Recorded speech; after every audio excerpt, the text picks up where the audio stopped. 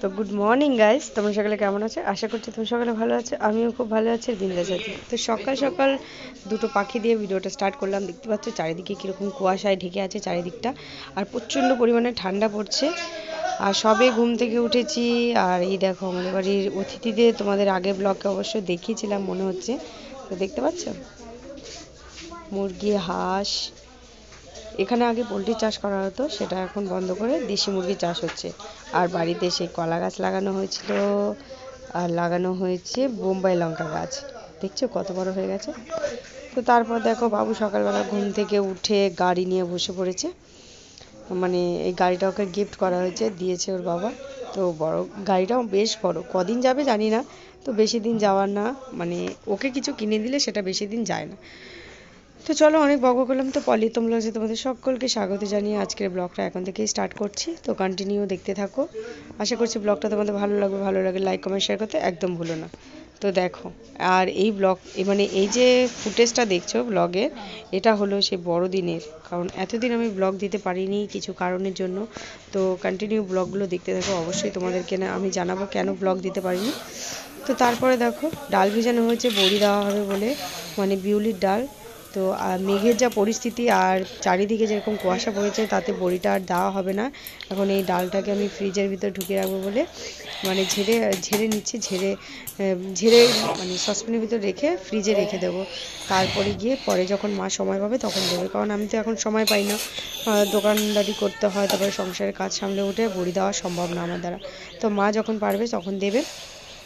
তো চলো আমি এগুলো ঘুরিয়ে নিয়ে তারপরে এখনও ঘর টর ঝাড় দিতে হবে। বাইরে অনেক কাজ পড়ে রয়েছে, বাইরে এত পরিমাণে কুয়াশা পড়েছে, তো মানে ঠান্ডায় বাইরে যেতে ইচ্ছা করছে না। তো চলো এবারে কাজ বাজগুলো সারি। দেখেছো বাসন টাসন সব পড়ে আছে, আর মুরগিদেরও খেতে দিতে হবে। এক সাইডের পর্দাটা তুলেছি, বাইরে এত কুয়াশা পড়েছে, ওদেরও তো ঠান্ডা লাগে না। তো দেখতে পাচ্ছি কি মেরে দেখছে কখন খেতে দেবো। ওইখানে একটা হাঁস। তো চলো এবারে যাই ঘরে গিয়ে কাজ বাজগুলো সারি। তো তারপর দেখো জল ভরতে বসেছি, মানে সকালবেলা এসে রাত্রিবেলা জল টল খেয়েছিলাম, বোতলগুলো খালি হয়েছিল। তো সেইগুলো এখন ভরে নেব, তারপরে গিয়ে ঘর ঝাড় দেবো, বাসন মাজবো। কারণ ঘরের কাজগুলো আগে কমপ্লিট করে নিই, তারপরে গিয়ে বাইরের কাজ করি। কারণ এখন জলটা ভরে নিই, তারপরটা ঘরটা ঝাড় দেবো। তো চলো, সকালবেলা একটা কত বড় প্লেন যাচ্ছে দেখেছো, কত নিচ দিয়ে যায় এখানে প্লেনগুলো। তো বাবুকে বললাম, বাবু তুই দেখিয়ে দে তো। বাবু বলছে হ্যাঁ আমি দেখিয়ে দিয়েছি। তো চলো জল টল ভরা হয়ে গেছে, এবারে যাব ঘর ঝাড় দিতে।